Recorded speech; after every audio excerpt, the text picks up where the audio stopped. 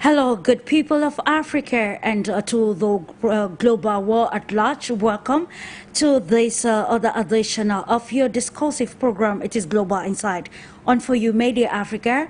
Today we want to revisit the statements which came from the United States of America endorsing the granting of 2 permanent seats to African countries and also ensuring more participation from the African side at the United Nations Security Council. Also looking at the state stance on the G4, excluding, of course, Brazil. That is the position of India, Germany, and others seeking for permanent seats at the United Nations Security Council. The call or the pressing call for more practical reforms to suit the present world structure has seen the USA, one of the permanent members of the UN Security Council, back in Africa's quest for 2 permanent members seats and more representation at the council. The states equally reaffirmed its support for the G4, excluding Brazil, for permanent seats, particularly for India, Japan, and Germany. Is this the start point of the United Nations Security Council reforms, to be known subsequently, of course, as we navigate today's geopolitical landscape? Africa and many countries in the global south, including India, actually continue to emerge as pivotal players or vital players as far as this geopolitical landscape is concerned, and of course with their rich natural resources and cultural diversity. However, there is still historically underrepresentation of these countries in global decision making. This endorsement, however, from the United States of America marks a significant shift, not only in U.S. Foreign policy, but also in actually in the present day understanding of fair representation and equity on a world stage. So in this edition of Global Insight, we wish to explore the implications of this endorsement and why the states downplayed demands for veto powers for African states and others, and also to see if much will be done regarding this, given that it is not the first time that the United States of America is making such utterances pertaining Africa's position at the United Nations Security Council. Stay with us as we go through this moment of Global Insight.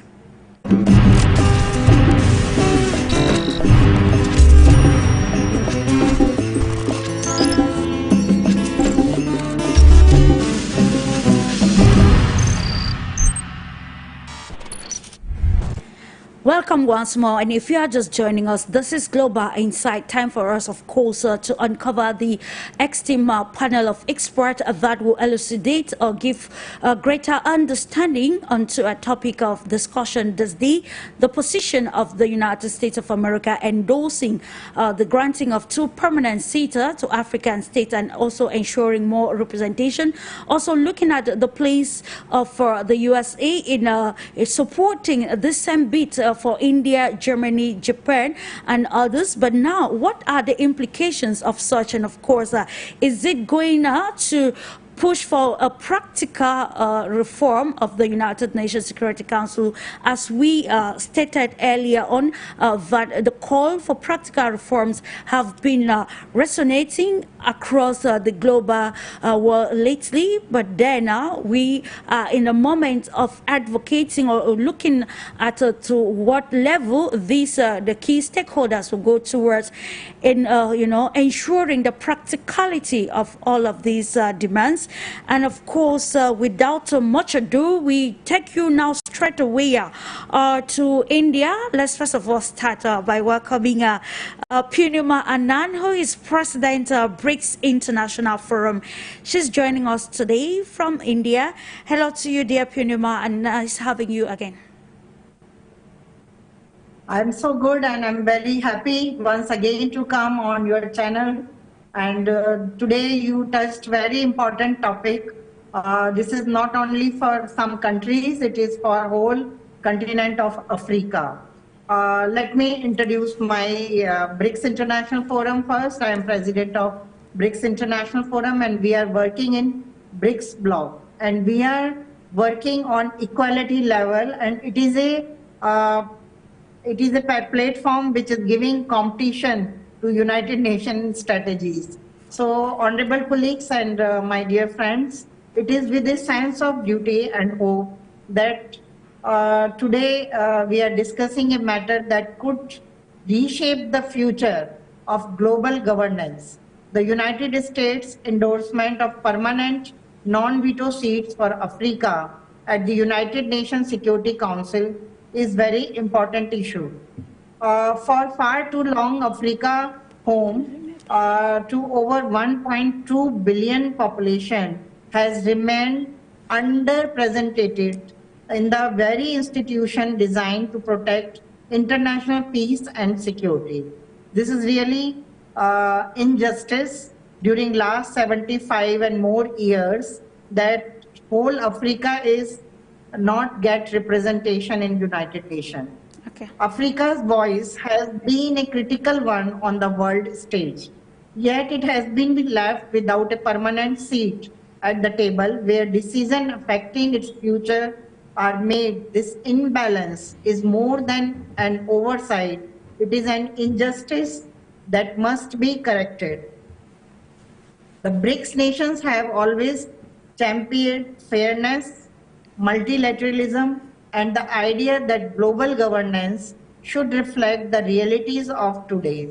So this is the balancing force which is giving insight challenge to United Nations to understand the importance of Africa continent.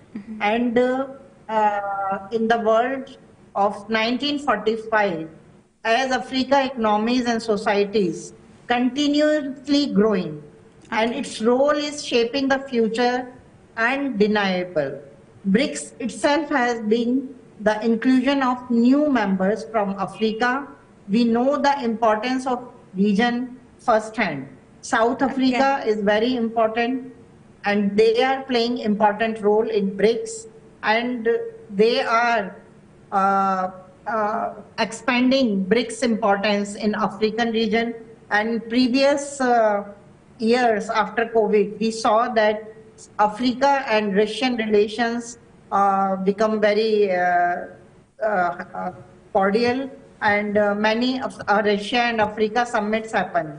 Okay. And Africa got equal place in decision making with Russia, China, and BRICS countries. So it is a challenge for United Nations, but I am not satisfied with the decision that they are inviting Africa as a non-veto member, because in G20 summit, which happened in India last year, during G20 declaration, India and other countries, G20 countries, declared Africa as a member of G20.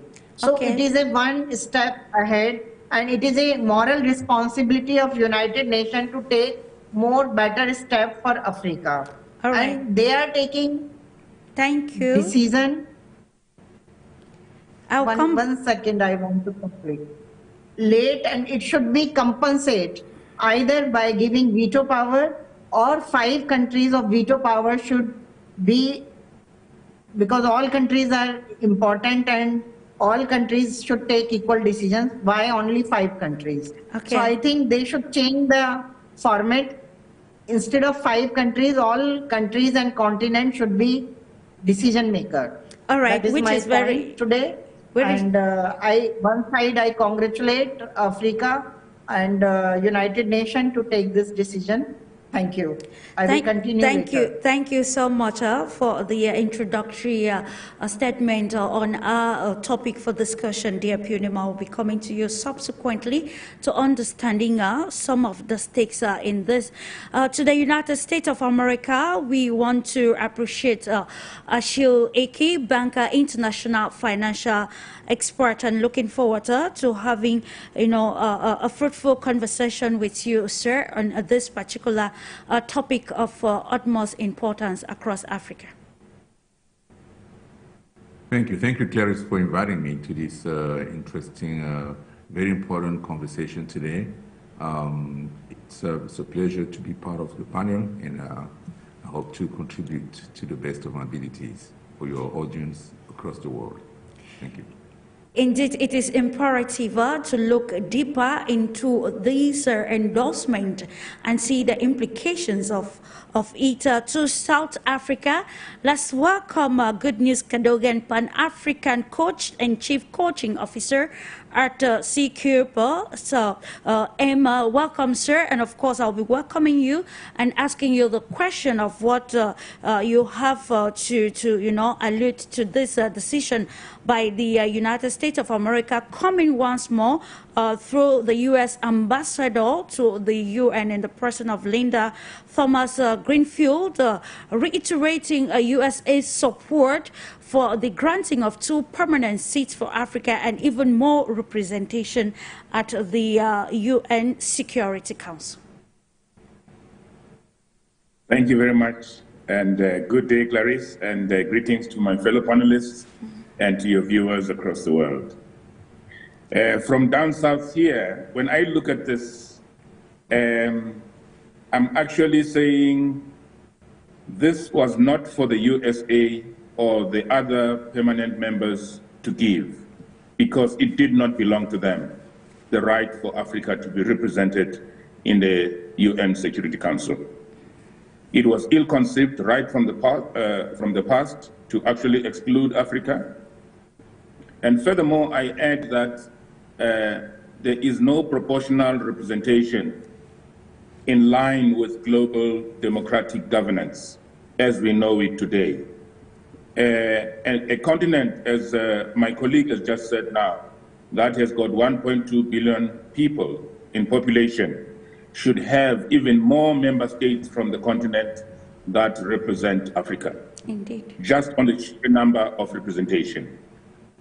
From a historical point of view, Africa has got a slave-master relationship with the West, and therefore, excluding Africa from the United States, the United Nations Security Council is actually a travesty of justice. From a human or psychology point of view, I believe that there's a kind of a parent-child relationship between the United Nations and Africa, and that is inappropriate.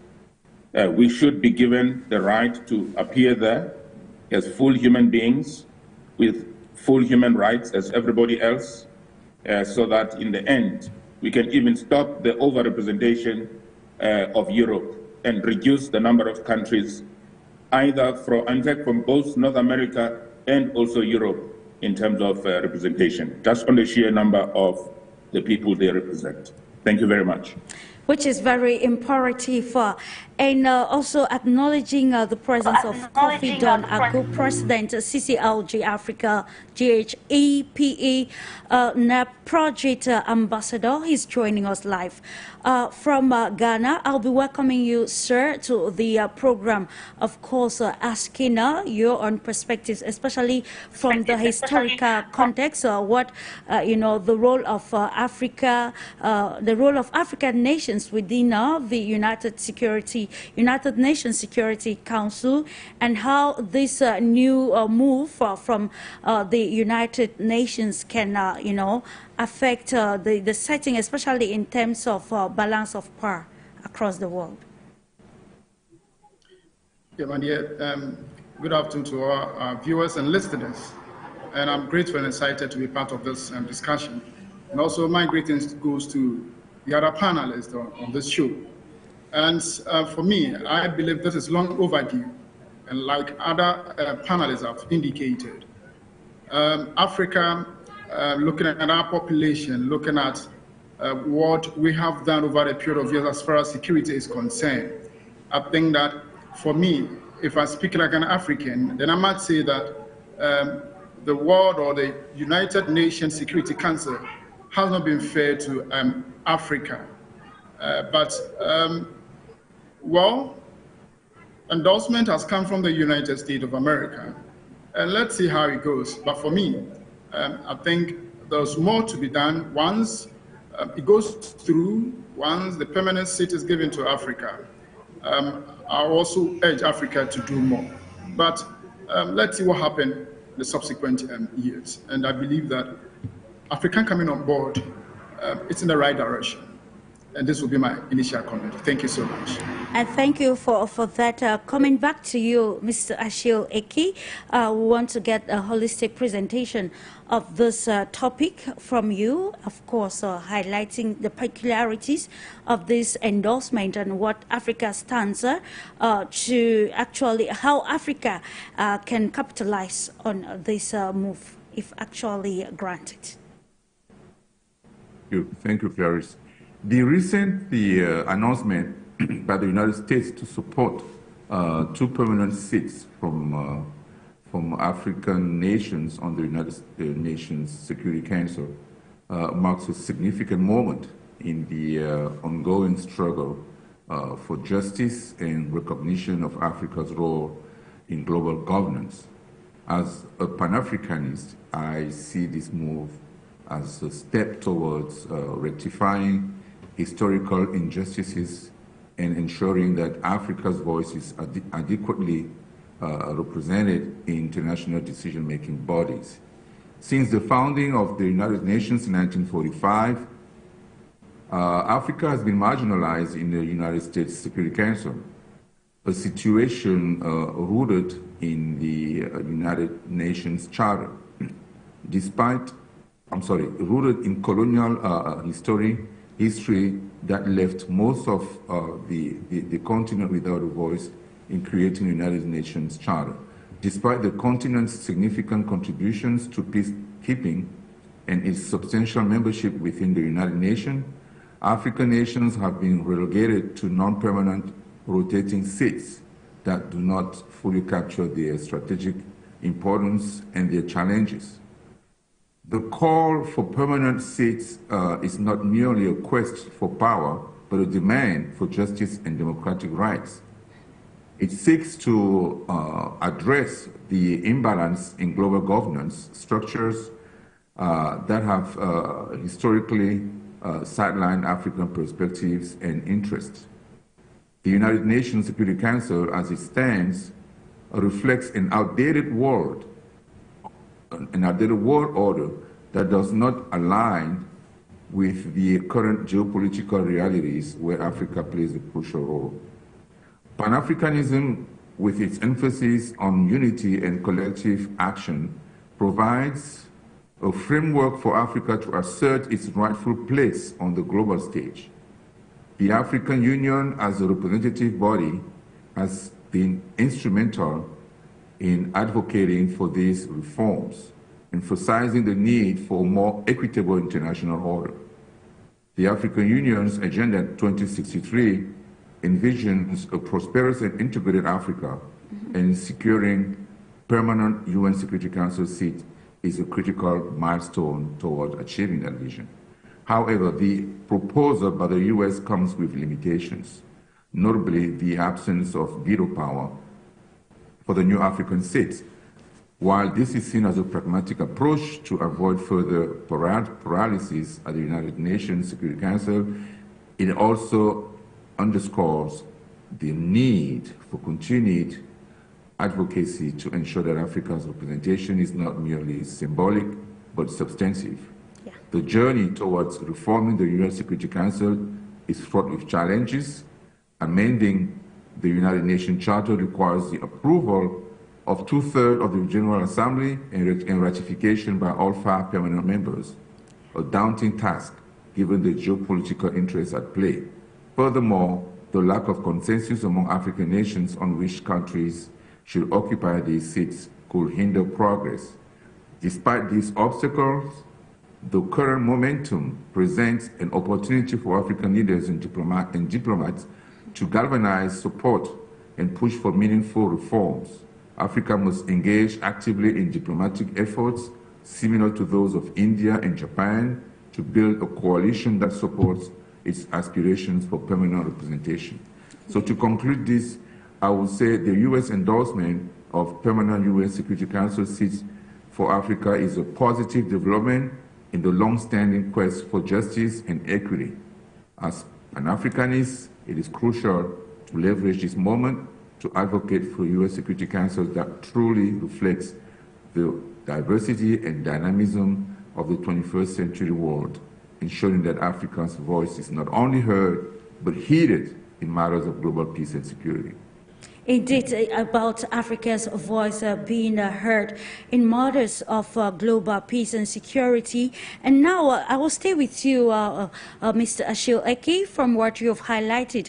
Let's try to look at the political ramifications of these, because you quite underlined in your analysis of the geopolitical actually competition at play at the moment. So how might this change affect the balance of power within the United Nations, and will, of course, should we also examine the potential reactions that will come from both Western nations patterning this, and how it will affect the balance of power at the international body?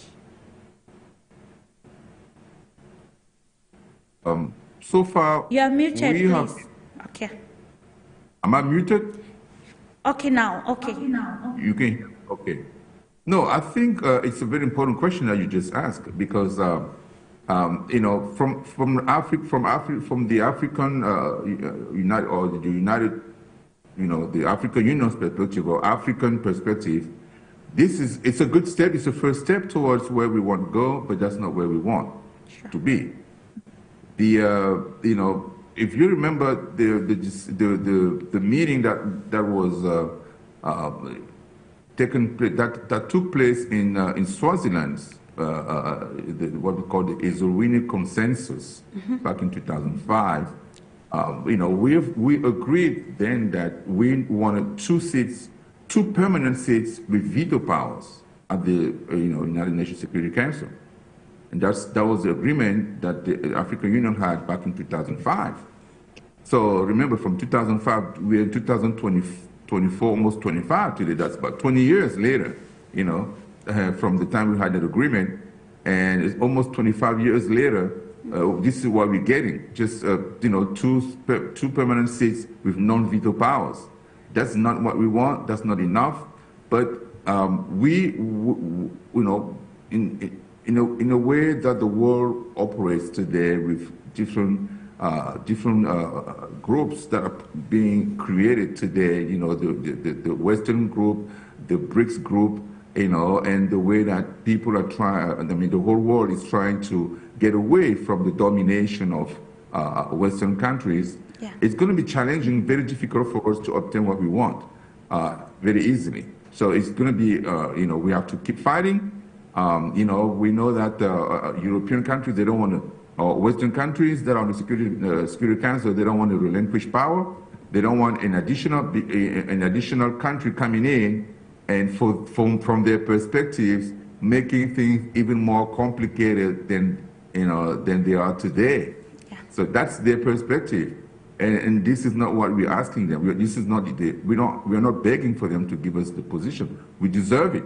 Africa has 54 countries. It's a 54 countries that are part of the United Nations. So if we have to be honest in the relationship that the whole world is having with Africa, we can say Africa has been duped, you know, for the past, what, 60, 70, 100 years. You know, we thought we were in a body that would allow everybody to express their views, to give their opinions, but it turns out this was turned into some, you know, small group of 5 countries that have decision power, you know, instead of the whole world, you know, being, you know, democratic. They talk about democracy all the time, right? The United Nations is not democratic as it stands today. You know, they talk about elections, democratic, you know, the majority voice, the majority of people should lead. But this is not what we're observing today. So I think we have a long ways to go, but we have to take what we have right now and then keep fighting for the future. So that's my views on that. Indeed, it's about being able to make comment, decisive decisions on issues of utmost importance and of global interest. Let me come back to you, Purnima Anand. We are holding this topic at a time, this debate, maybe discursive program at a time the United Nations General Assembly is ongoing, and in the coming days or weeks, we'll be seeing the holding of the Summit of the Future of Leaders.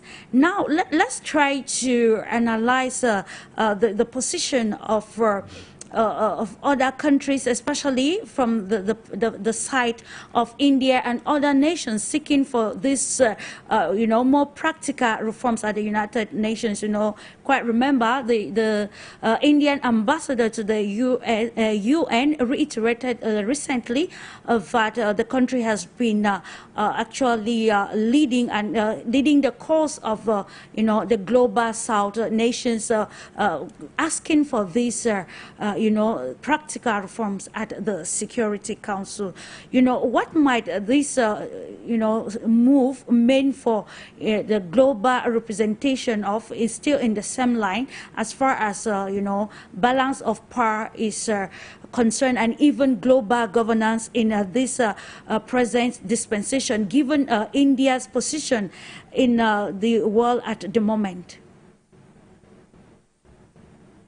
This is a very important question. As you know, in 2023, India was chair country of G20, and it was very important conference because it is a time when BRICS is taking shape and United Nations is having challenge. In G20, Africa got very important place and membership. So this lead another step for United Nations and a strong challenge. But I am not convinced, as our other colleagues are saying, one colleague is satisfied and one colleague is not satisfied. So we are having new discussion about it. What is the position of United Nations today in new realities? And how Africa, Asia, Russia, and other continents have to react.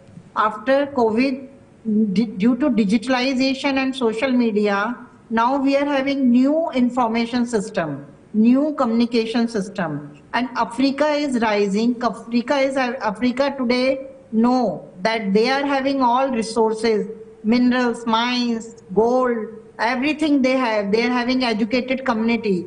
They are having very big geographical area. They are having very big population. Today, Africa knows about it. Today, Africa is standing on their foods, not depending on France, London, or America, or any other country. They can stand themselves. Now, United Nations need them. If they are inviting them for the membership, it is not because Africa without membership also developed during last 75 years. Now again they can develop. They are having very good relation with China. Recently China gave 50 billion USD for the development without any terms and conditions. So this force is going there. Russia is doing everything in the energy sector and food sector with Africa. So these are the new facilitation with Africa, and it is a challenge for United Nations, and Africa should understand their strong position, and they should not be satisfied only on membership. They should have veto power, or I recommend through your channel that only 5 countries are not having right today for veto power. We need more countries, or I think all countries should be compared and should be taken on international stage at equal level. Because that time in 1945, we don't know what were the conditions that only 5 countries got the veto power. Absolutely. But after 75 years, we should be equal. We should have equal level of development. We should have equal rights for education and employment and food. So I think United Nations completely reform themselves at political level and economic level and geopolitical level. We want that Africa inclusion with the United Nations Security Council with a permanent non-veto seat would represent a step towards creating a more inclusive, equitable world order. It signals to the young people of Africa, to the entrepreneurs, to the leaders of tomorrow, that they are seen, heard, and valued. It is one side good.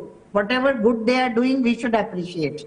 But another side, when you are taking decision very late, after 75 plus years, so you should compensate to Africa, and Africa deserve it. This is my thank you today. for that, of course, dear Purnima. And of course, that is where the problematic lies. Let me come to you, Good News Cadogan. And now we are seeing this endorsement, but let's try to analyze the limitations given that the endorsement come without a veto power. So what criteria should be established now for countries selected or maybe selected to own this permanent seat? And of course, with no veto power, will they have the weight, especially on decisions that have to do with the African continent without the veto power granted to them? And how can equity among African nations be ensured in this decision-making process at the UN Security Council? It's a very good question to actually look at, because on the one hand, we are saying we should be grateful for what we have, even though it is not enough. On the other hand, we are saying what we have, we should have had 75 years ago, and therefore there is no need for us to celebrate what we have. Sure. But as diplomacy works, diplomacy is not an on and off kind of situation. You take what you have, you build on it, and I think the unintended consequence of this granting of veto power, permanent membership for 2 states from our continent, will be the unity that will come out as a result of that. We need to be unified as a continent, as the 54 states on the continent. And now we have got a common thing to actually lobby for.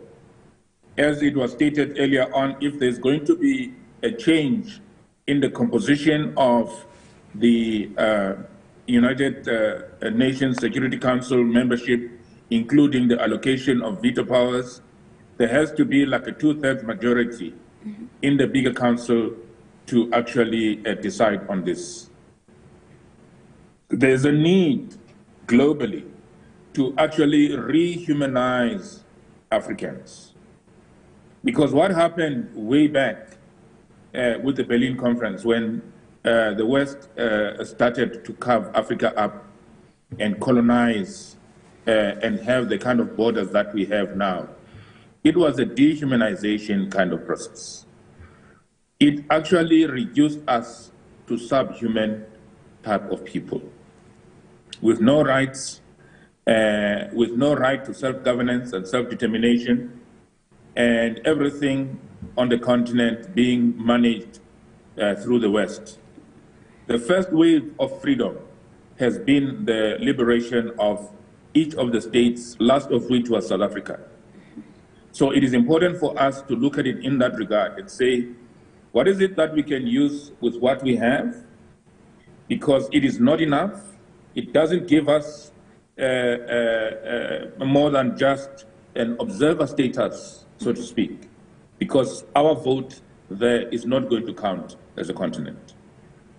But by making it to count in the next few years is to lobby other countries to start removing the filters through which they see the African people and the African states, and all the other nations that are not invited to be part of the Security Council. Of course, thank you. Mr. Kofi, when we look at this, we continue to analyze some of the reactions that came from, some Africans pertaining this endorsement. And many argued that Africa does not even need to patent the United Nations Security Council, for the continent on its own has the capacity to create its own viable and strong council that can, cater for the problems of the African continent. Let's now try to see how, the quest for, representation at the international level, especially with an increase in multilateralism, is, challenging some of the internal dynamics within Africa that are also challenging, continental integration to be able to face the global world, and of course in line with multilateral institutions like the UN Security Council.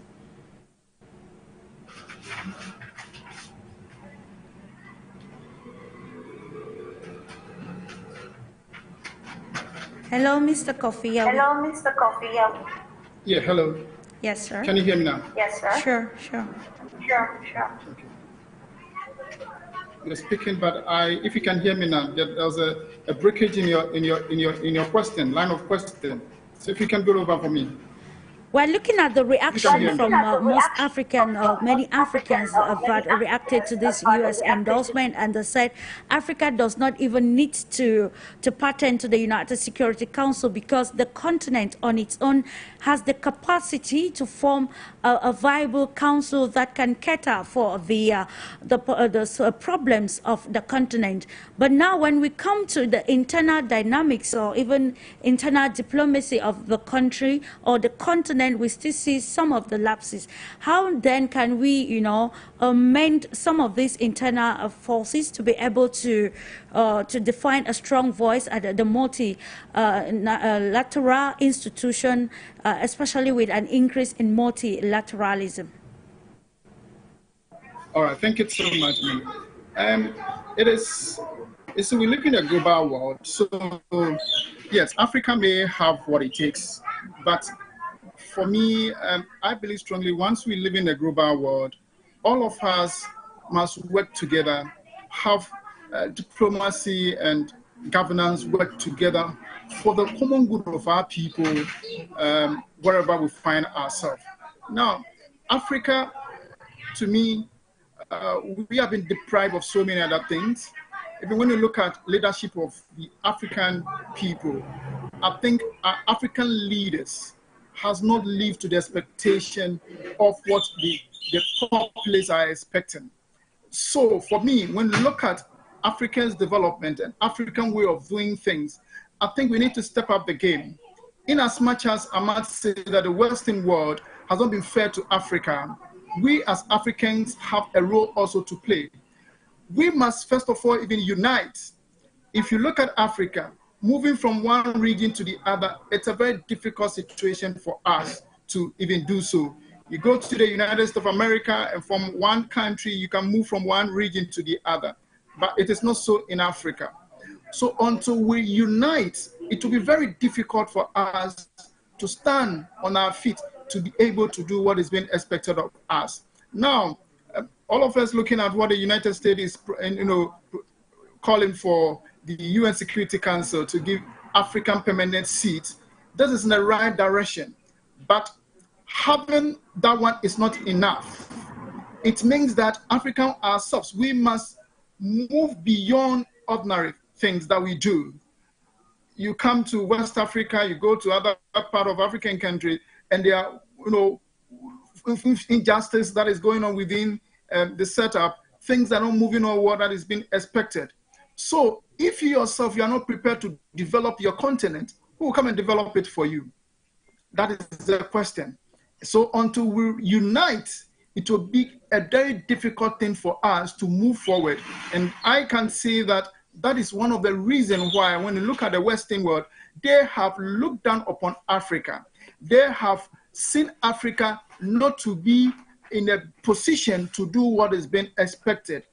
But having this, I think that it should remind all African leaders that we have a work to do, a work to make sure that our people are able to live well, because looking at the abundant resources that we have, Africa shouldn't be where it is now. If you look at the security situation in Africa, there's much more to be done.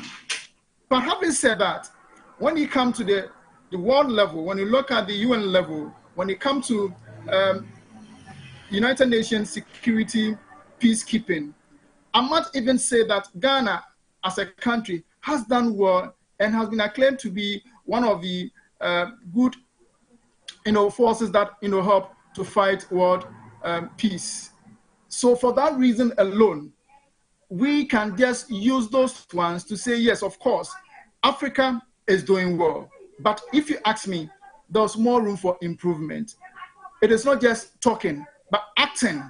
It is not just saying we should give you a seat or we are fighting for a seat, but acting.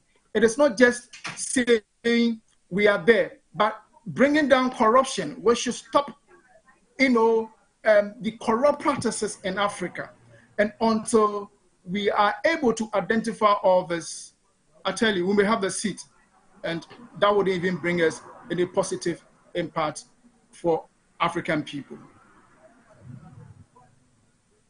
Africa, and we see that Africa remains a major player in this present world of changing dynamics with new, spirits, definitions of sovereignty, and new dispensation, or maybe tactics of international cooperation.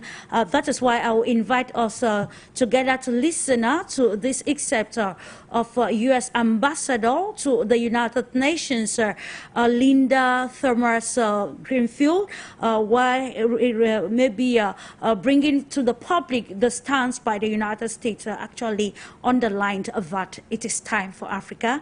Let's listen, then I'll come back to you for further discussions on this topic. But among the most glaring anachronisms of this institution, 70 and over, is the one we grapple with all the way back to 1965, the composition of the UN Security Council. And I'm hardly the first to say this. For years, countries have been calling for a more inclusive and a more representative council, one that reflects the demographics of today's world and better responds to the challenges that we face today. It's why 2 years ago, President Biden announced that the United States supports expanding the Security Council to provide permanent representation for countries from Africa, as well as Latin America and the Caribbean, that in addition to the countries we long supported for permanent seats, India, Japan, and Germany, we would support Africa and the Latin America and the Caribbean. After that announcement, I embarked on what I called a listening tour to see how we could make the president's vision a reality. And I've met with over 80 countries, asking leaders what they want to see in a reformed council. Secretary Blinken and his team have engaged in Washington and in foreign capitals. You know, there's a saying, if you ask the United Nations a question, you'll get 193 answers. Well, the question of whether and how to change the Security Council was no exception. But for all of these disagreements, these differences, there was one thing everyone agreed on.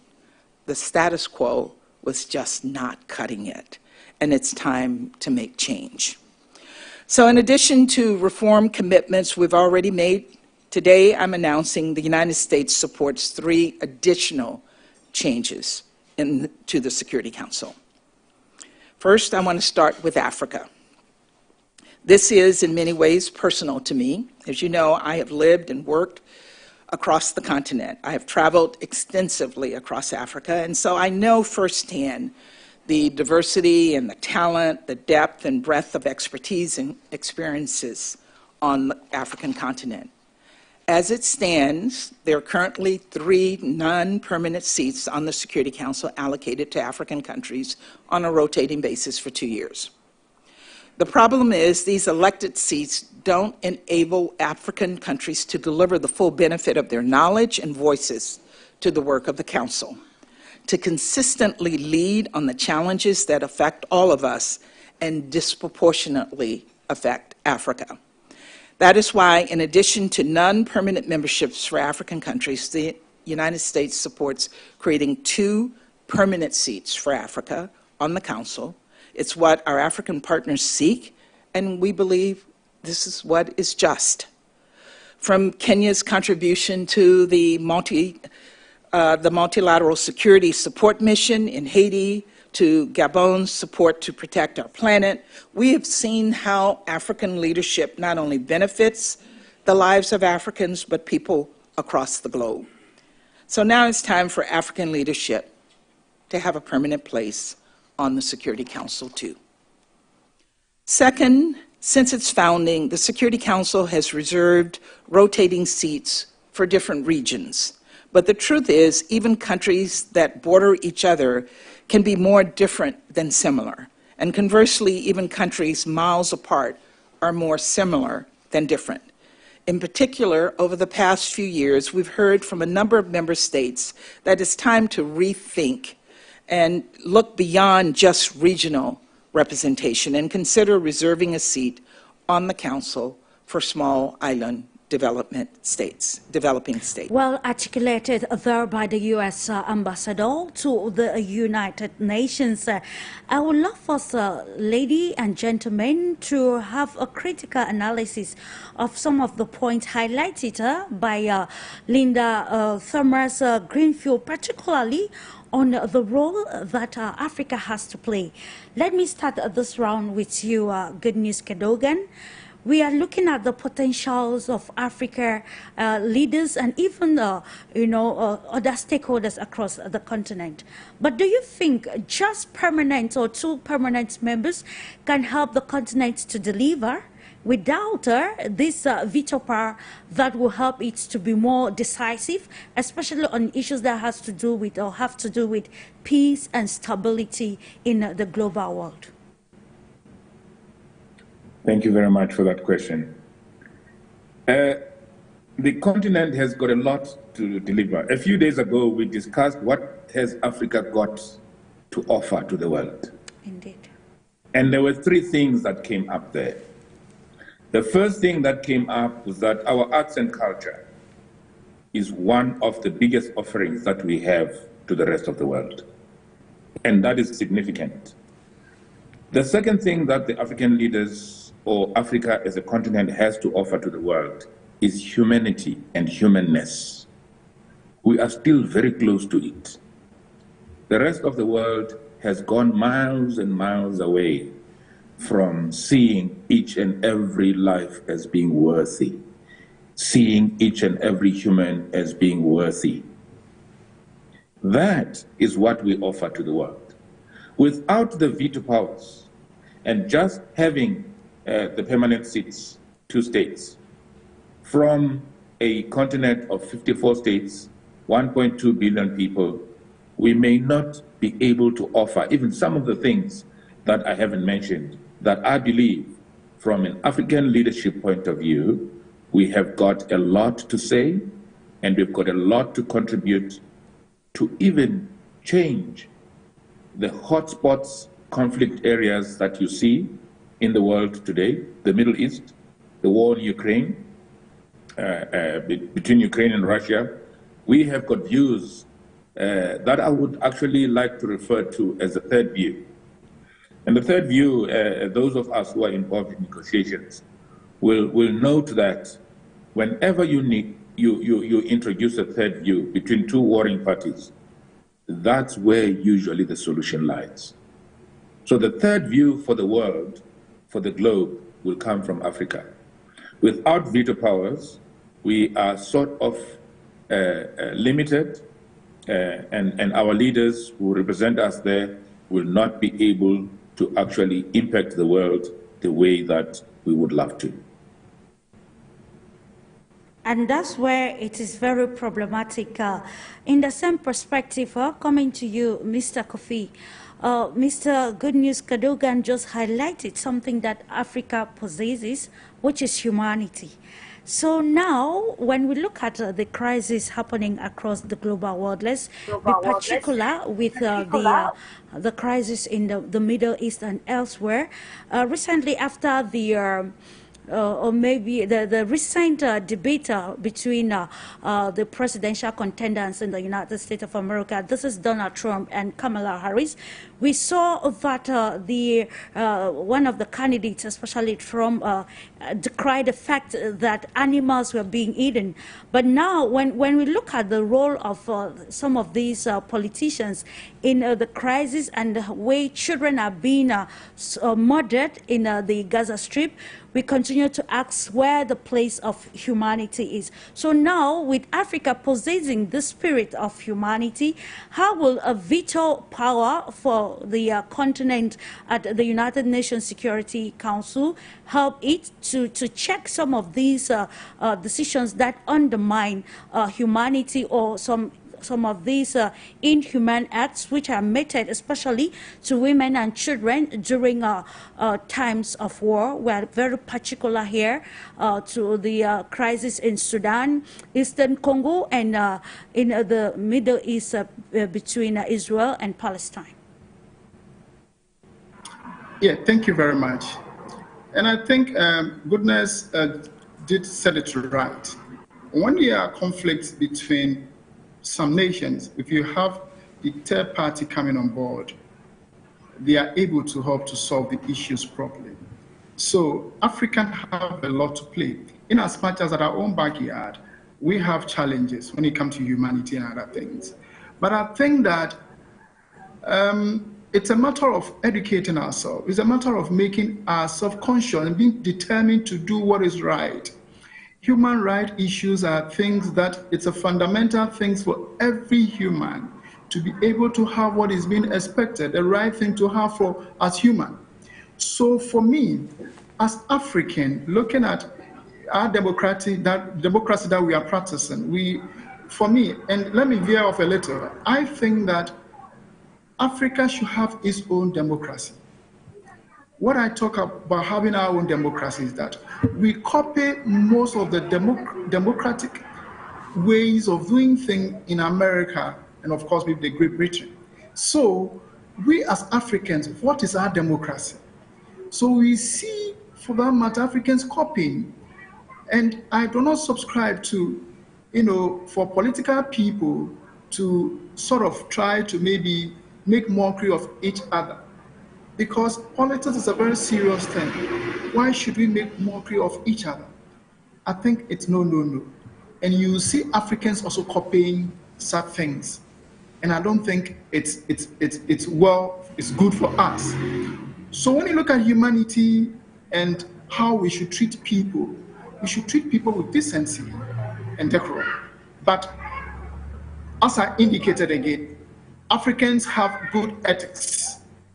And for us, if we will look at our good ethics to bring change into the diplomatic way of how we do things with the other Western world, I think it will go a long way. Africa must come out with its own way of doing things and show the world that, yes, even civilization started from Africa. And that is what Africans, we must bring to the table. We must bring things differently. We must think differently. We must do things differently because we are distinct people. And the world must see that Africa are distinct people. With the population we have, there's a lot. In fact, when you see African leading the world to, combat anything, we're able to do it and do it well. Look at our own Kofi Annan when he was the UN General Secretary. He performed very well. I must say that he was one of the best UN Secretary General we've ever had in the history of the United Nations. When you look at African leaders trying to do something, they are able to do it and do it well. But we need encouragement. We need to encourage ourselves. We need to have that kind of set of mind to say they can do spirit. We'll be able to do it and do it very well. So for me, I think Africa must have its own version of democracy and diplomacy to make sure that Africans are able to do the necessary things and able to do things beyond the expectation of of the Western world. So that'll be my position. Indeed, doing things beyond the expectations, and of course, this was reverberated in August 2024 when the president of Sierra Leone tabled Africa's cause while using his presidency at the UN Security Council to call for this, the permanent seats, which we are already seeing one of the members, permanent members like the US endorsing it. But then, does that alone suffice? So that is why I'm coming to you. We are still on Thomas Greenfield's statement, and of course, when she spoke, you saw that the world indeed is experiencing a drastic transformation, and we see nations coming and voicing out for the need for these reforms, especially at multilateral institutions that bring together diverse nations. If we have maybe want a new world order, what are those practical things that we need to do to attain this level? And that is why I'm coming to you, Purnima Anand. We just listened to how, Thomas Greenfield articulated some of these perspectives and the realities of today's society. But then, how soon are we towards seeing the implementation, that moment where it will no longer be an endorsement, but we are already seeing the authentication, granting of these permanent seats, and also, maybe to a larger extent, granting even veto power that will help these countries, make decisive comments on topical issues at the UN Security Council. Thank you, Clarice. As president of BRICS International Forum, because we are working in BRICS bloc, what we feel at this moment, as I said, one side we are very happy that later or sooner United Nations aware and reform, and they invited Africa continent. Another side we are feeling still it is injustice. Africa continent need permanent seat as well as veto power. And some of our colleagues also agree with me. And now what we need at this stage?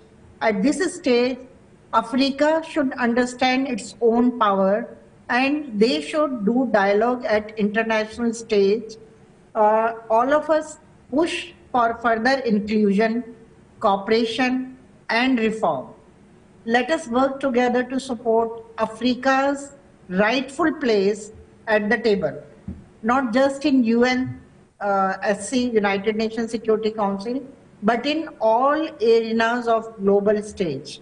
This is our chance to create a world where no region is left behind for the development. And in Africa, some countries are very, very small, and they are not getting chance equal development, because currency problem and education problem and finances problems are very severe there.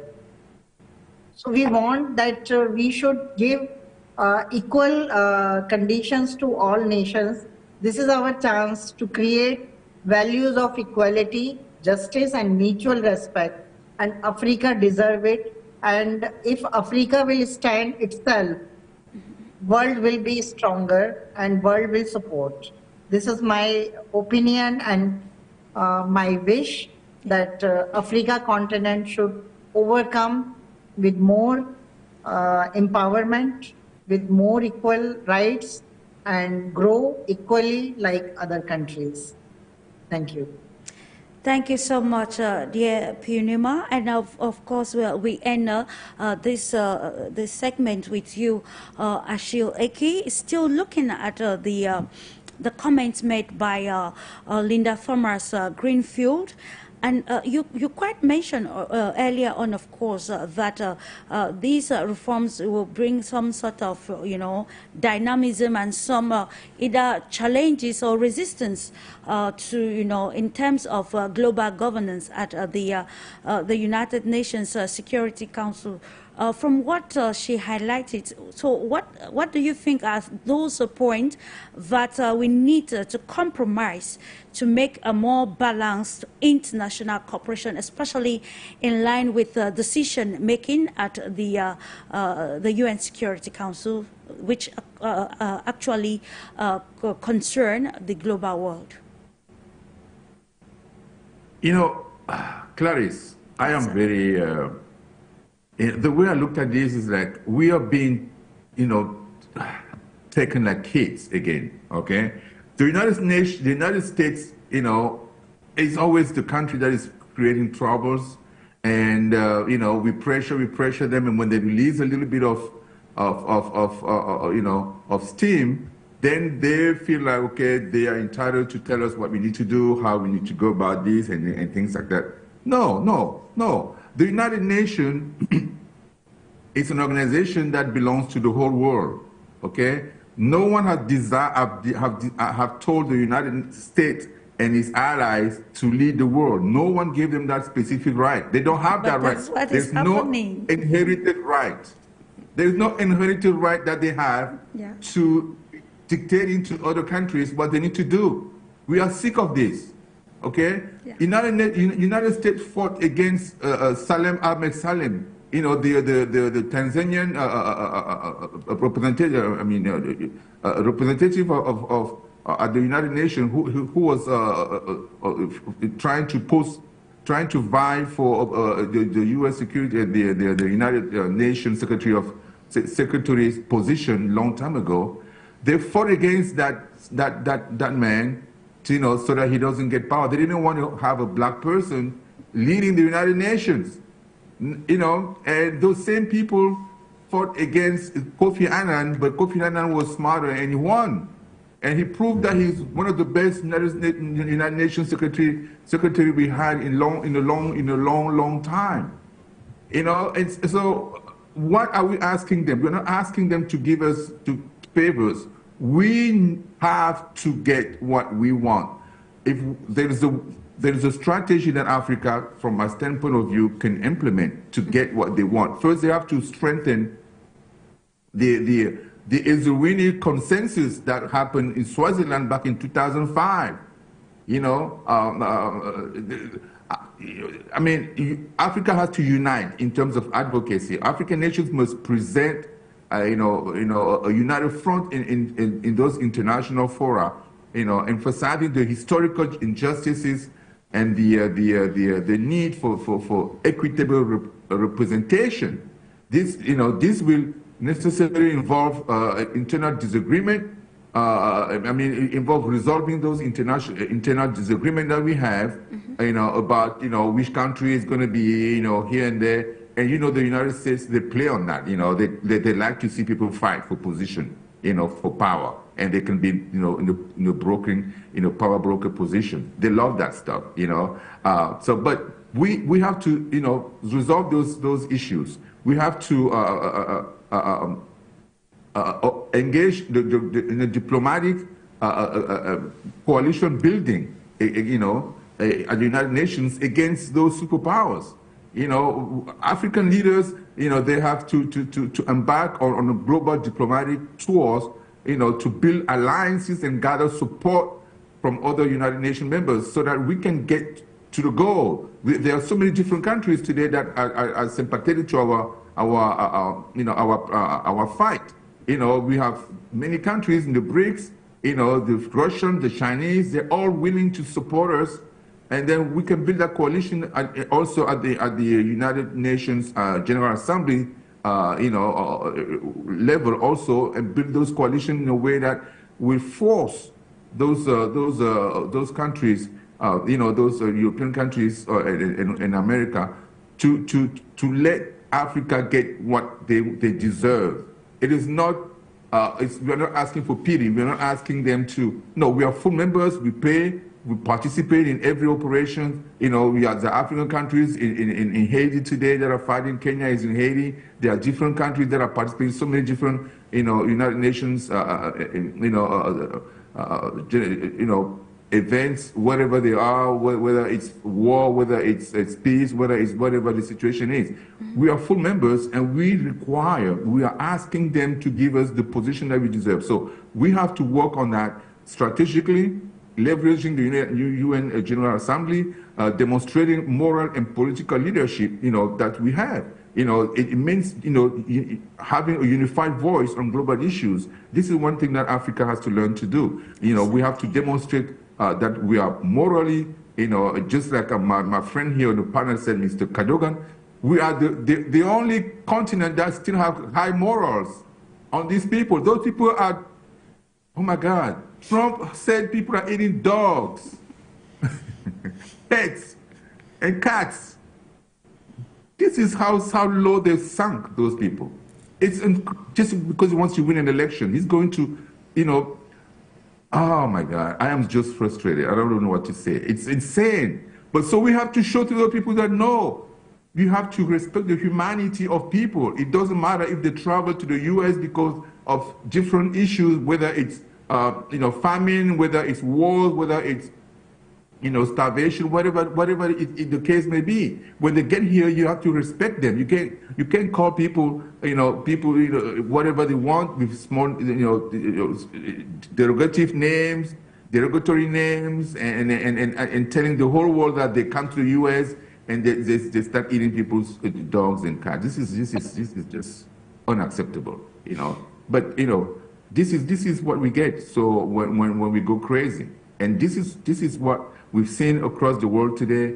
Africa is the only continent that can regulate all of this. And they tell those people, listen, you got to calm down, okay? You got to calm down. Things happen everywhere. There are migrations everywhere, even on the continent. The biggest migrations are happening within the continent. It's not even outside the continent. And countries to countries, they support people. They help people who have different needs, different issues. And other countries do the same. So why is it that when it comes to the U.S., you have to, start degrading those people? Why? It's just, unconscionable. So, so that's what I would say about your question. But seriously, I'm sick of these people going to the United Nations telling, the whole world, okay, now we've agreed, okay, the way you've been asking, we went around the world, 80 countries, or blah, blah, blah, and then this is what everybody's saying, and then now we agree, okay, all right, that's enough. Yeah. This is condescension. I hate that. And when you were talking, Mr. Achille EKEU, we are seeing the answer to everything that is being said in Africa's integration, political, economic integration, total unity, and which will be practical under the number one institutional bloc, which is the African Union. Now we are at the time of high stakes, as I will put it, across Africa. And of course, we are leading up to the elections at the African Union Commission. Now with this, of course, the U.S. has spoken. And what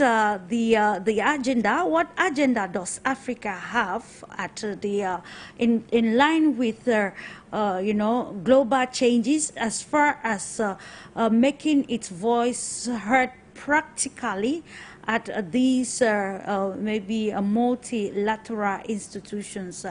I still direct this question to you, Mr. Achille EKEU, to actually commensurate to what you just highlighted earlier on. Okay, I guess I didn't get the question exactly. What was the question, please? The question is how the upcoming elections and the African Union Commission can help the stakeholders or candidates to already define a strong strategy or agenda for Africa to capitalize, especially on global issues, now that the continent, the states and others are already are talking about Africa having a permanent seat. What agenda for Africa, of course, under the African Union Commission? Listen, we have the first issue that we have in Africa is unity. We have a big problem when it comes to unifying and speaking in one voice. We've seen all these presidents travel across the world, all the time. Every time there's a summit, you just have the last one was in China. They carry all their luggages, they take their own plane. They never met. They don't have an agenda. They don't have, one voice to speak of, to speak to Africa. Everybody goes his own way with his own agenda and goes and negotiate with China, goes and negotiate with the United States, goes and negotiate, with Russia, and now we're going at the lower level. We're going to negotiate with Saudi Arabia. We're going to negotiate with, Iran, Korea. I mean, it's next time it's going to be Greece. They will go Greece African Summit, Italy African Summit. It's all kind of stuff that's happening, and people are just getting up, and then they just go. They have no agenda. They don't unite. They don't speak in one voice. And they hope to be able to change things. No, you can't change anything like that. We have to have an agenda. We have a vision, the Vision 2063. That's great. How are we implementing that vision? How are we organized within Africa so that we in different regions can execute every aspect, or every region can execute some aspect of that agenda, of that Vision 2063. We have the consensus, the consensus that we had in 2005 in Swaziland. How are we implementing that? We are not. So everybody goes by, his own ways, and then hope that one day we're going to unite. If we don't unite, we're not going to get anything. That's the only leverage that we have. We are very broke, poor countries. We don't have the strength to be able, whether economically or militarily, to be able to dominate the world. We have to unite. The only force we have is in unity. If we unite, then we can have a powerful voice, powerful force, people who respect us. We can put together an agenda and force other countries to respect us. So those people who are running for the secretary, the position at the African Union, the secretary position, they have to tell us how they're going to unite Africa. So Africa, so I don't want to see my president, who's been in power for 42 years, who's 90 years old, carrying luggages here and there every time, going to Turkey, going to China, the guy is tired, he can't even stand up, but he's being dragged in those summits without, knowing exactly what he wants.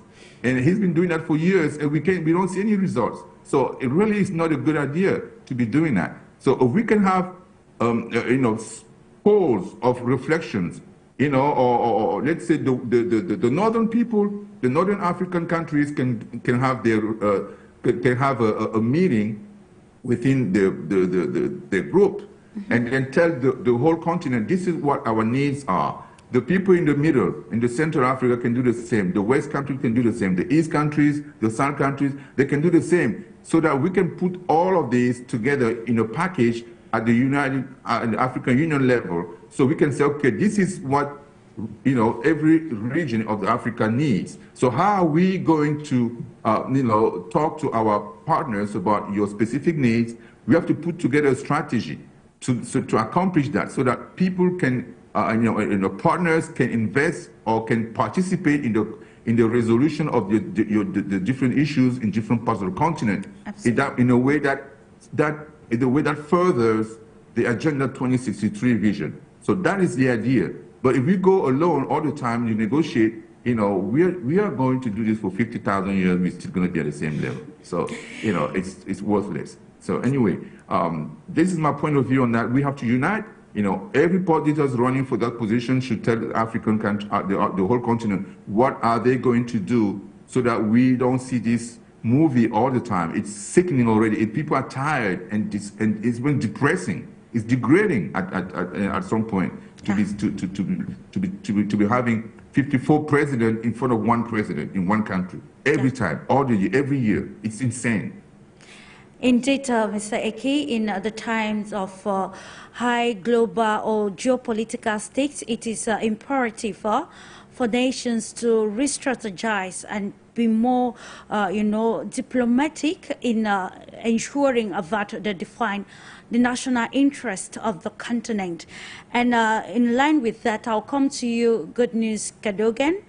Earlier on, Mr. Aiki highlighted the fact that, I don't know if that was also resonated by many of you already on the panel, the fact that even at the UN Security Council, Africa can have one voice, come together. But now let's look at the presence or the present dynamics across the Africa in terms of, relationship or foreign policy, and of course, how alliances that African nations create with other powers in the global world is already a hindrance to such a concerted effort. We saw some diplomatic dispute last time. It should be between Zimbabwe and Zambia, patterning Zambia's alignment with the West, and of course Zimbabwe's President Emmerson Mnangagwa reiterating such move to his Russian counterpart Vladimir Putin. And then we want to see the question now is how does Africa's present alignment with either the West or the East is actually a limitation that will not help the continent strategically capitalize on the impending permanent two-seat at the United Nations Security Council to, to advocate or to chart the African cause. Thank you very much. It's a very difficult question, but a good one to actually respond to. Yeah. Because in order to unite at the continental level, there is a need for us as Africans to heal from slavery and colonialism. It's a psychological challenge that we face at an individual level, because once we get to know who we are at a personal level, we get to a point whereby we become masters of the self. And we are more able to lead the self consciously, deliberately, and intentionally so. It's only then that tribal unity will happen. It's only then that national unity will happen. And it's only then that regional unity will happen. And it's only then that continental unity will happen. There is a need not to brush over the issue to heal individually and collectively as a continent. Once we get to that point whereby the majority of us, or especially those who ascend to leadership positions, are taking care of their health in all its aspects, they can then lead their nations to heal. We can then have that unified voice that we take into these global forums, so that in the end, it doesn't become easy for regional conflict, as it happens now, to be rife. Silencing the guns on the continent is one of the biggest challenges that we have. And that is not so much as that people or leaders don't want to do this, it's just that they are incapable of forging that unity. There is a need of spiritual growth that is needed on the continent so that we may be able to provide that unified voice that will give the gravitas that we need so that we can be respected not only on the continent as a collective, but globally, and offer that unified humanistic and humanness that is a hallmark of African tradition. Thank you very much. Very imperative. Coming back to you, dear Purnima, let's look at these, the call for reforms. Even the United Nations Secretary General Antonio Guterres has, joined the voices of these nations calling for these practical reforms to suit the present society. Let's look at how these, changes or reforms at this international body can actually shape international diplomacy now and even in the coming years that will suit the world order of multipolarity. Thank you, Clarice. This is a very good question in the end of this discussion. As you know, United Nations is having very difficult situation at this time because their monopoly and hegemony is changing. They are having so many challenges. So now there is an option for Africa especially to overcome with their legacy, with their rights. As our colleague said, that human right is important. According to that, it should be classified and get equal position. So now what is the importance in Asia? India is taking place and India is having very good position and Indian economy is rising. And what is the factor behind it? Because spiritual, as one of our colleagues said about spiritual empowerment. So this is the basic thing.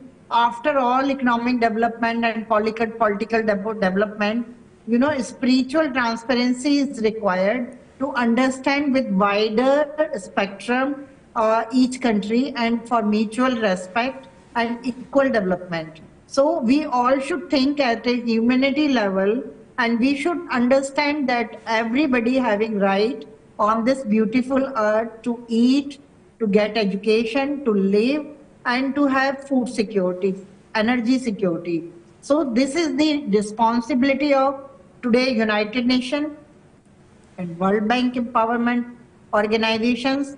And if they are not fulfilling, then world is not sleeping. World is accepting these challenges. And BRICS is rising and BRICS is taking shape, and many countries more, because now if we count in NATO or European Union, 27 and 29 countries are there. But in BRICS, now I feel 10 countries already member, but more than 40 countries are interested to get the membership. So this is a empowerment. This is a challenge accepting concept today in the world. So now we are rising, and I always say that digital media and social media playing very important role and giving opportunity to everybody to share the vision and to get the opportunities from any corner, from local to global and global to local. So under these circumstances, we feel that we all will be very strong and we all will get equal rights. And in India or in Asia, we will collaborate with Africa in better way. And Africa is rising, China and India is having special policies for Africa development. Not from today or in this decade. India always supported Africa, you know, from the Mahatma Gandhi time. When India was getting freedom, that time Mahatma Gandhi was working with Africa. And the Nelson Mandela got the message of freedom. He got motivated and inspiration from Mahatma Gandhi. So we are working from historic time and we are rising. We shall overcome and we will get our rights on this beautiful earth. Thank you very much. Indeed, of course, which will be more practical if we indulge in more into civic diplomacy and other strategic actions that can position us and bring about new perspectives of the world's setting. And with that said, Mr. Kofi, let's try to look again at the aspect of the fact that the U.S. still downplayed granting veto powers to African nations, and the implications of this endorsement on the country's foreign policy approach to Africa. In contemporary society, we see that the relationship between the U.S. and many countries in Africa have not really been healthy, and how do you think the endorsement is there some sort of a strategic ploy by the U.S. to cajole some of its countries, the countries where it maybe has stakes across Africa, and maybe we also analyze to a larger extent some of the consequences if a veto power is granted to such nations on the standing of the world. Yeah, thank you. You see, I am of the opinion that the United States of America, for them to have interest in something, it means there's something for them. They don't just do anything. The U.S. always is thinking of itself, what it can get. Now, for all this while, for all these years, what has the U.S. done to make sure that Africans have a permanent seat? Yes, for me, I think that U.S. have something at the back of their mind, if you ask me. But having said that, we as Africans must also look into the lens and see what we can capitalize on whilst we are fighting to get the permanent seat. The permanent seat itself is not enough because you don't have the veto power. So when a decision is taken and one of these 5 countries veto into it, it means that the decision cannot go on, or they have to stop the decision that have been taken because of the veto power. But for us to be fair to each and every one of us, Africa is a continent. Why shouldn't Africans have a veto power? We should have a veto power. If countries, you say you have developed and you want us also to develop, we should have a veto power. Simple as that. But again, it looks as if we as Africans, and I'm always hard on Africans for a reason. The reason is that we haven't strengthened our African Union enough. We haven't promoted economic integration enough. We haven't enhanced our political cooperation. We haven't cultivated a shared identity. We haven't invested in infrastructure and connectivity. We haven't empowered our youth and civil society organizations.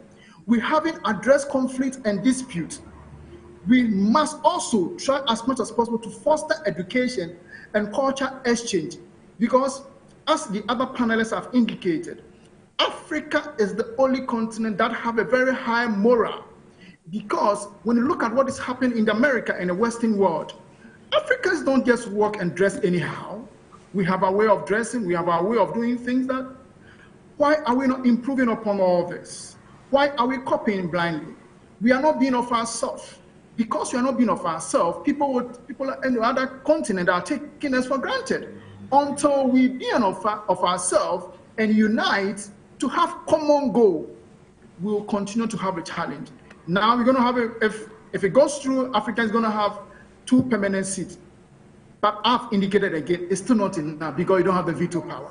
So when other nations talk about issues that you raise in terms of security and they step it down, then that is the end of it.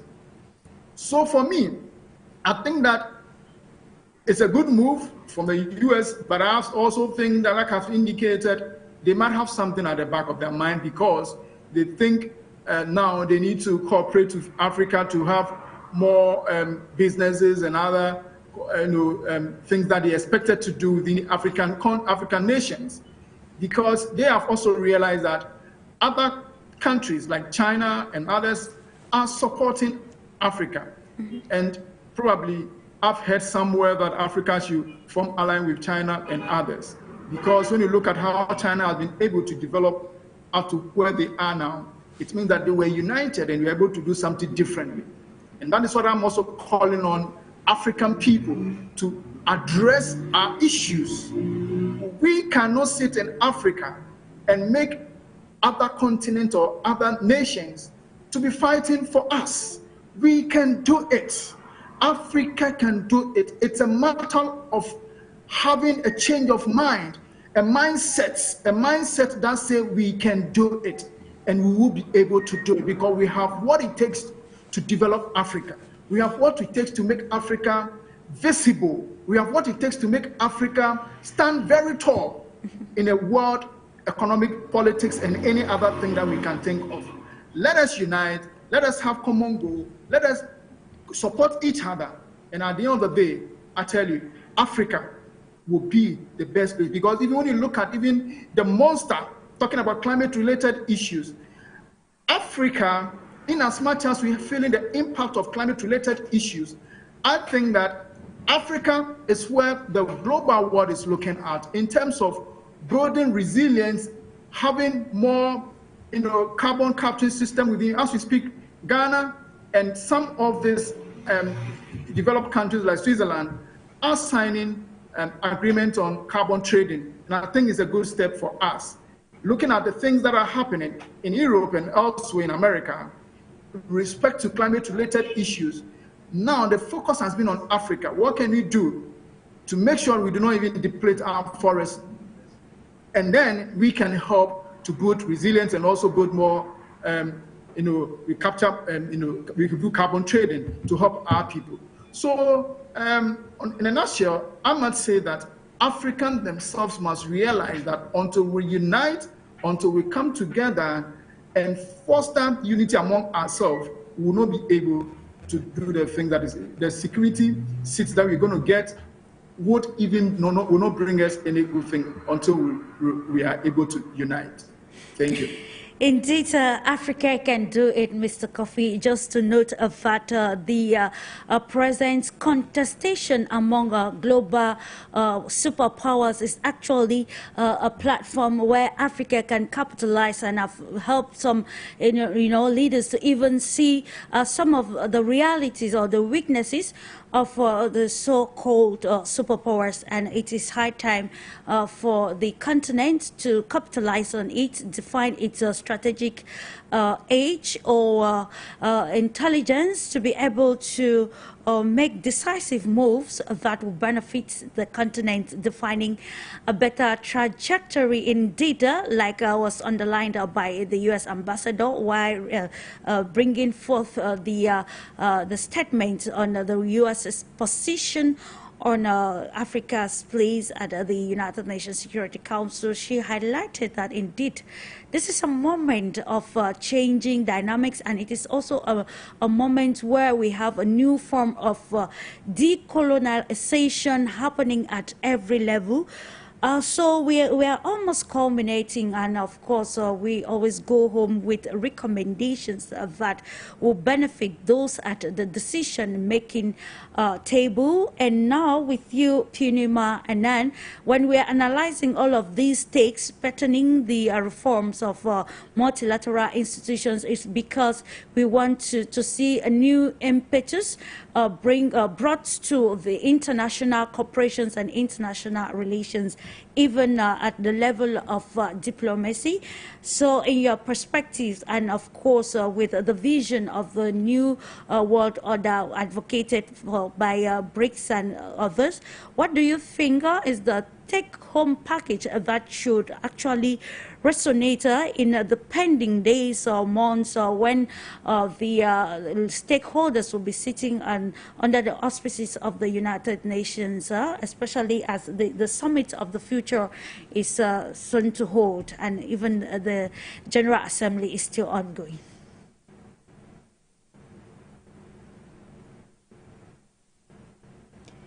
Purnima, Anand?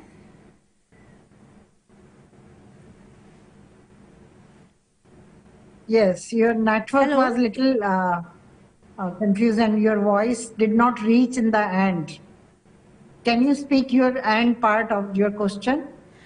Sure, we're looking at how these call for reforms can, bring a new phase in the international cooperation diplomacy to ensure an integrated world that will benefit humanity. And I will appreciate if you bring recommendations, of course, aligning also with BRICS' ideology of multipolarity, where there is total respect for sovereignty in every dimension. Yes, because now you know that BRICS summit is happening in Russia and it will be in Kazan. All nations are reaching there, and Africa is very important. Special sessions organized, and Mr. Modi visited to many African countries during last 10 years, and especially with Guyana and small countries. He hugged each other. And it is our cultural, cooperation and economic cooperation is increasing, and many educational programs initiated in African countries. So I feel that this is a good time, and in new realities, our cooperation will increase, and we will see that we will support each other from global to local level and local to global level. This is very important because as today discussion we understand that people are satisfied with the membership of Africa without veto power, and other side we are feeling this much is not enough. But whatever we appreciate, it is good that United Nations taken into account and reform their decision. But they need to reform more, and they need to reform themselves completely after 75 years. So this is one part, but another part, world is rising, world is working, and we all are awakened, educated, and we know our duties, our responsibilities for our people. And people-to-people dialogue and people-to-people relations in our countries, in the eastern side and in Africa is very important, and people, civil organizations are working, and we are able to do our development ourselves. This we observe in COVID time, as well as we are observing in our disaster situation, because that time we never get high support from United Nations or Western world. We resolve our problems ourselves. Okay. But yes, world is one, and one family, as our Prime Minister Narendra Modi says. So it is our dream that we should unite, we should respect each other, and we should develop with each other's importance. And this earth is very beautiful. We need to live happily and peacefully. Thank you very much. Thank you so much, dear Purnima. And to you, Good News Cadogan, we are ending with recommendations and, of course, looking at the future of multilateralism. We know recently there have been diplomatic meetings, and we saw leaders reiterating, calling for more concerted efforts to build a strong multilateral system. So how can the reforms in the United Nations Security Council come to solidify this multilateralism that will benefit each and every country, particularly Africa, in a multipolar world? 2 minutes, please. It is 4 things I would like to say. 1, Africa unites. If we unite, we are most likely to use those 2 seats to the benefit of the continent and use them, second thing, as stepping stones to what we need. Thirdly, work on the self as a leader. Make sure you heal and make sure that you develop yourself so that all the leaders that are in positions of leadership, even in communities, are capable of carrying the flag for Africa very high. That's all I would say. Thank you so much, Good News Cadogan, for the concluding phase, and of course, KOFI on the aspect of, impacts on global cooperation, especially on taking concerted decisions on issues like climate change and others. What do you think these reforms at the UN Security Council can bring to the table of climate change and other issues that are related to this aspect? 2 minutes, please. Yeah, thank you. As I indicated earlier on, climate change is a monster of the world. Climate change has been the ugly face of the world. So for us, and statistics and studies shows that Africans' contribution to the global warming is just about 4%. So it means that Africa is suffering. Africa is going through dilemma when it comes to the issues of climate change. Now, with Africa, with this proposal for Africa to get 2 permanent seats, let's take advantage to talk more about how the Western world, and for that matter, the high emitters, would be able to pump in more money for mitigation and adaptation and projects. so that Africans' challenges that we are going through will be able to alleviate those challenges. Because when it comes to food security in Africa, it's a challenge. When it comes to water, it's a challenge. So many things that Africans are going through as a result of climate-related issues. Okay. So for me, I think that African leaders, as other indicators, other panelists have indicated, unity is the first thing to do. When you are united, you have one voice, and Africa will then say we collectively getting voices from all other African nations.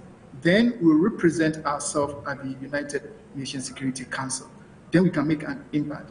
Until we do that, we will continue making the noise, make the noise within our own backyard, and it wouldn't get anywhere. So for me, let's unite first. When we're able to unite, issues of climate change would be dealt with because we have what it takes. Okay. And let us not leave it there alone, but let us also fight to get veto power. Africa should get a veto. Without a veto, we may have the seats, but it will be a very big challenge for us too. Thank you very much. Thank you so much for that, and we end with you, ACHILLE Eke, on the recommendation take-home package. How can we correct the historical injustices meted on Africa and other countries, particularly nations of the global south, and how can countries now position themselves well to benefit from the new world order of multilateralism and multipolarity? I'm going to be very short. I would say the most important thing for us is to unite, just like everybody said. But when we talk about uniting, who are the leaders that are going to allow us to unite? The issue is the Western countries don't want us to unite. That's the point. They don't want us to unite. They are there to divide, and they use every means available to make sure that we never unite. So who are the people who are going to be able to stand strong against those Western countries who don't want us to unite and unite? The only option that I see is going to be we're going to need to have leaders that are Pan-Africanists at heart. That's the only way. People who are there to die for their people. If you have those corrupt leaders that come from, Harvard or whatever, and they are, being prepared to be president from, different countries in Europe, because they're prepared to serve their masters. If we have those kind of leaders, we're never going to unite. That's the reason we are not united. Even after all these years that we've been talking about it. So we need to have a new breed of leaders, of Pan-Africanist leaders who are there to fight. We see the Sahelian leaders as a blueprint to what unity could look like in Africa. We already have a blueprint that's happening in the Sahelian region. We have Burkina Faso, we got Mali, we got Niger, that have united. They're in the Confederacy right now, in the Confederation, not the Confederacy, Confederation right now, going towards the Federation soon. So that is the way to go about it. If we have these corrupt leaders that have been there for years who are easily corruptible by Western countries, we're never going to unite. So what my suggestion would be for all African countries to elect leaders that are Pan-Africanists at heart, not fake ones, not people who are using Pan-Africanist movement as a way to get to power like we've seen in Senegal. Okay. We need people who are, at heart, passionately and very strongly Pan-Africanist, because those people are able then to defend their countries against Western, colonization, recolonization, corruption, and everything, and you name it. Thank you. Thank you so much, ACHILLE Eke. I want to, of course, take this opportunity to thank you, ladies and gentlemen, for the greater insight on this edition of the discursive program Global Insight on For You Media Africa. We continue to chat constructively to see how we can contribute through news giving in shaping this new world order that will respect the sovereignty of each and every nation and make the world a better place for humanity humanity, and of course it's because it is another view of the world and dynamics are changing. Just and for you media, stay tuned and bye-bye. See you some other time.